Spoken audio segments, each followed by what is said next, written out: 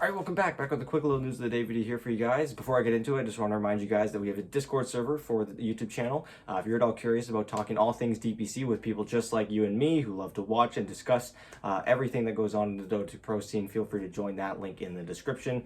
I'm thinking of putting together maybe some watch parties when we do start to get more DPC Dota going again. But yeah, for now, let's get into the news of the day, which involves a ton of roster shuffling, specifically in South America and Southeast Asia, which of course ended the regional finals last weekend. It seems that ever since then, things have really started to ramp up with all the changes that have been going on. But before we get there, we've got two new rosters coming in from Eastern and Western Europe.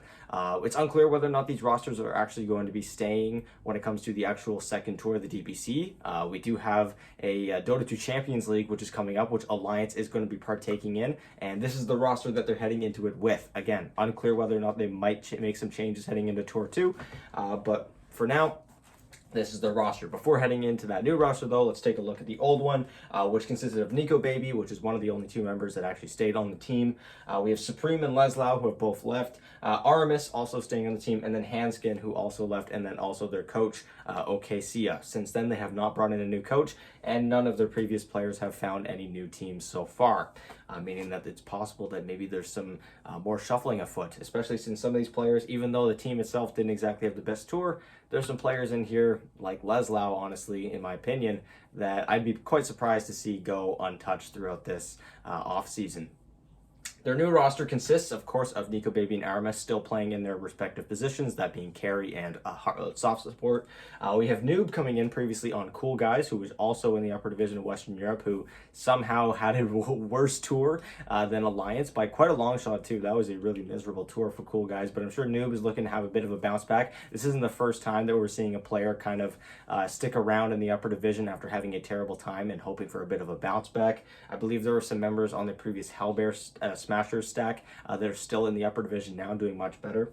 We have Symmetrical coming in from Into the Breach. We have Aramis and Stominen coming in from Brame. Now again, this is a stack that is going to be playing in the lower division, which is why it makes a lot of sense that these guys are bringing in a lot of lower division players.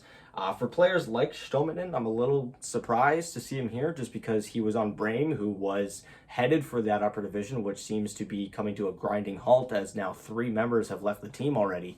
But maybe that is because the team was starting to fall apart despite their success. So yeah, best of luck to Alliance. We'll see again if they hold on to this roster heading into the second tour. But for now, for heading into Dota 2 Champions League, this is what they're going with. And again, best of luck. As for the other new complete roster that we have here, we have Empire, who have replaced pretty much their entire roster besides one member, that being TSA, who has had a pretty okay time on Empire. The team itself didn't exactly have the best tour. They ended off on a positive note by taking down Hellraisers right before the end of the tour, but unfortunately it couldn't save their tour. These guys are bound for the lower division, and the previous roster consisted of Lightless, Shisu, we had Ghostic and Kaori.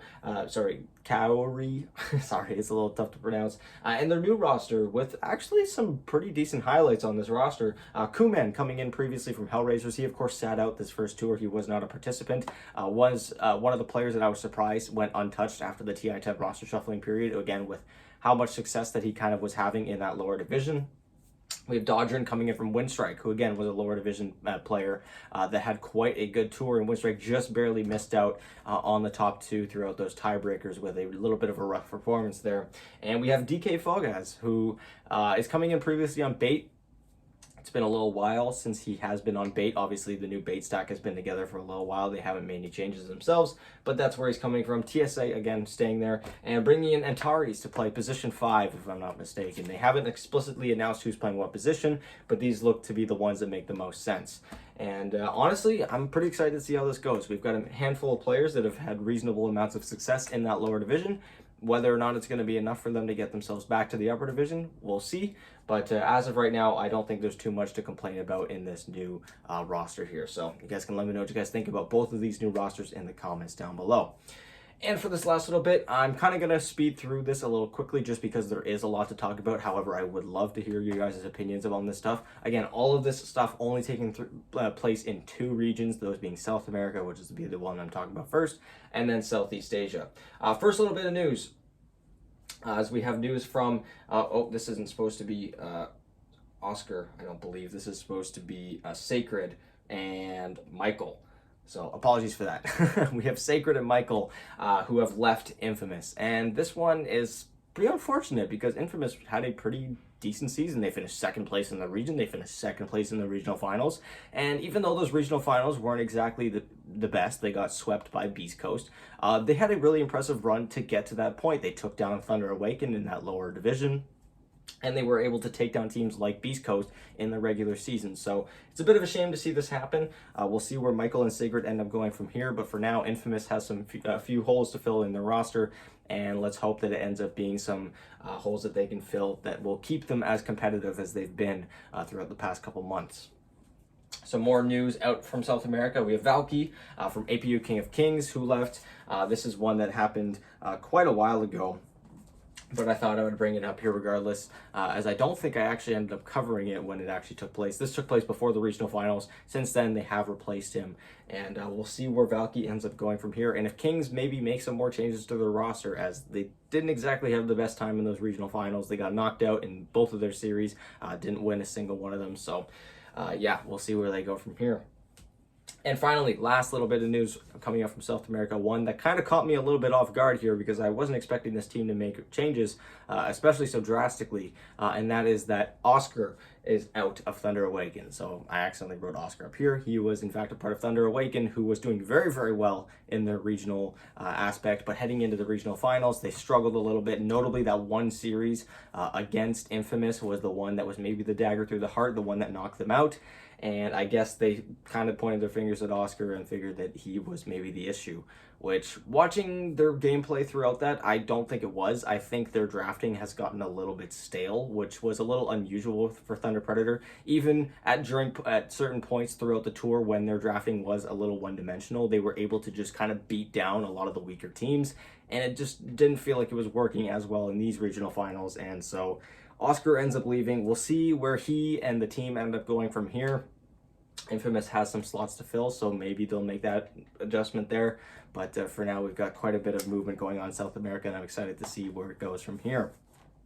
And now, moving on to Southeast Asia, starting off with some news that I think we all saw coming, but was not made official until very recently, and that is that 23 Savage has been officially removed from the inactive squad of T1, and he is now off of the team entirely, and Gabbi has been brought in as a full-time member, which again, is something that I talked about recently with the team moving, but it wasn't 100% confirmed. It was just mentioned that Gabbi was going to be moving with the team, and it's unfortunate that this is happening now because obviously having Gabbi play in those regional finals as a stand-in meant that they took a 40% penalty to their 130 DPC points that they took, which ended up being, I believe, 52 points. Whereas if they had just brought him in, they would have lost 15% of their points that they earned before and had no deductions from what they won here. But I guess they wanted to play it safe, not knowing whether or not they would actually hold on to Gabbi. And if Gabbi didn't end up working out in those regional finals and they wanted to make another change, that would have been even more points off their back. So yeah, for right now, T1 maybe biting themselves a little bit because they didn't make this change sooner,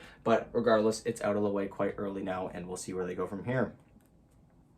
Following that, we have some news from Team SMG, who did pretty well in their throughout this tour. Maybe didn't have as exceeding results as they were expecting, but in a region that has been as competitive as Southeast Asia, it's a little bit difficult to come to expect that. They did have a pretty rough day of tiebreakers against T1 and Fnatic, and in those regional finals, it really didn't look like they were playing up to par with some of the other teams. Had a few highlights here and there, but ultimately it wasn't really the best showing. Specifically, it felt like everything that can go wrong would go wrong with them. Specifically with mid one in a bunch of those series, he would play Morphling, and it was like as soon as he would wave 4 men, he would be instantly hit by a stun that maybe wasn't even intended for him, but it hit him. So unfortunate to see that SMG is making some changes, but hopefully it ends up being for the best. Rodge has had a pretty impressive showing in certain series throughout this tour as well, so I'd be surprised to see him go unpicked, ungrabbed, or that's not even a word. I'd be surprised to see if he doesn't end up getting picked up by another team. And for SMG, I'm curious to see where they end up going from here. And last little bit of news, this coming out from OB.Neon. They have lost yet another member. They lost Hustla, of course, just a few days ago to a stack in the lower division. and now they have lost MamangDaya, who I believe was their mid laner. He was doing quite well, but again, OB.Neon was one of those stacks that was doing very well outside of the DPC and weren't able to replicate it in the DPC. And they do barely, just barely, scave elimination with those that very clutch series win against Motivate that forced tiebreakers where they were quite dominant against Motivate and Execration. And again, Motivate having that kind of unfortunate ending to their tour in those tiebreakers, but regardless, this isn't exactly where OB.Neon was hoping they would be, and so there are going to be some changes made to their roster, and so we'll see where they go from here. And MamangDaya, I thought he had a pretty okay tour. We'll see where he goes from here as well. I'd love to hear you guys' thoughts about anything I talked about in this video. Thank you guys so much for watching. If you're all curious, I made a video earlier today talking about and going through all of the standings for the current DPC after Tour 1, including all the deductions, talking about why teams face some deductions with some of the roster changes that they made and all that fun stuff. So if you're all curious about that, feel free to check that out. It should be showing up on the screen right now. And yeah, thank you guys so much for watching. I'll talk to you guys later with another video. I think I'm going to be doing power ranking soon. Or should I wait until the Tour 2 is starting? We'll see. Bye.